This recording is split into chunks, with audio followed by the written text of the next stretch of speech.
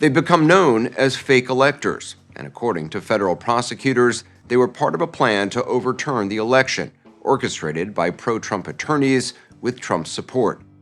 State criminal charges have been filed against fake electors in Georgia, Michigan, and Nevada. The U.S. form of democracy or republic may completely shift and transform in your lifetime, and here's why.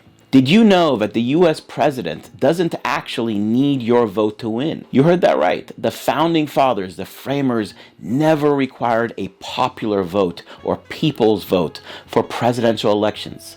Let's dive into this.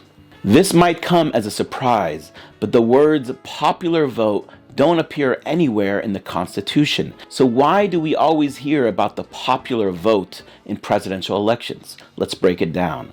The founding fathers, the framers, set up a system where each state appoints electors who then vote for the president. Article 2 of the Constitution says, each state shall appoint in such a manner as the legislature, not the people, thereof may direct a number of electors. Translation, states get to decide how their electors are chosen. Back in the day, most states didn't even use the popular vote to pick electors like we have today. In 1789, America's first election, only 5 states did. The rest, they left it up to their state legislatures to choose. And guess what? States could still do that today if they so chose.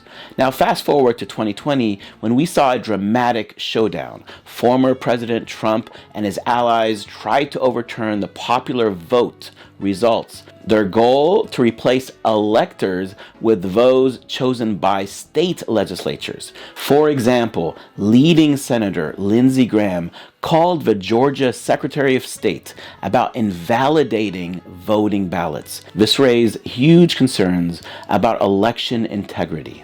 Thankfully, Brad Raffensperger, Georgia's Secretary of State, stood firm.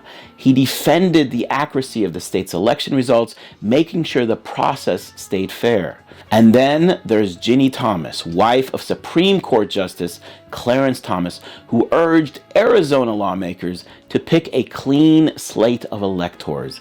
She was challenging the certified results of the popular vote.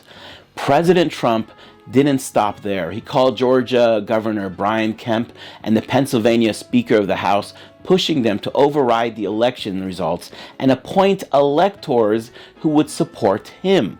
He even invited Michigan Republican officials to the White House to discuss the election results, showing just how far he and his allies were willing to go to challenge the popular vote, the people's vote. So what does this mean for our future?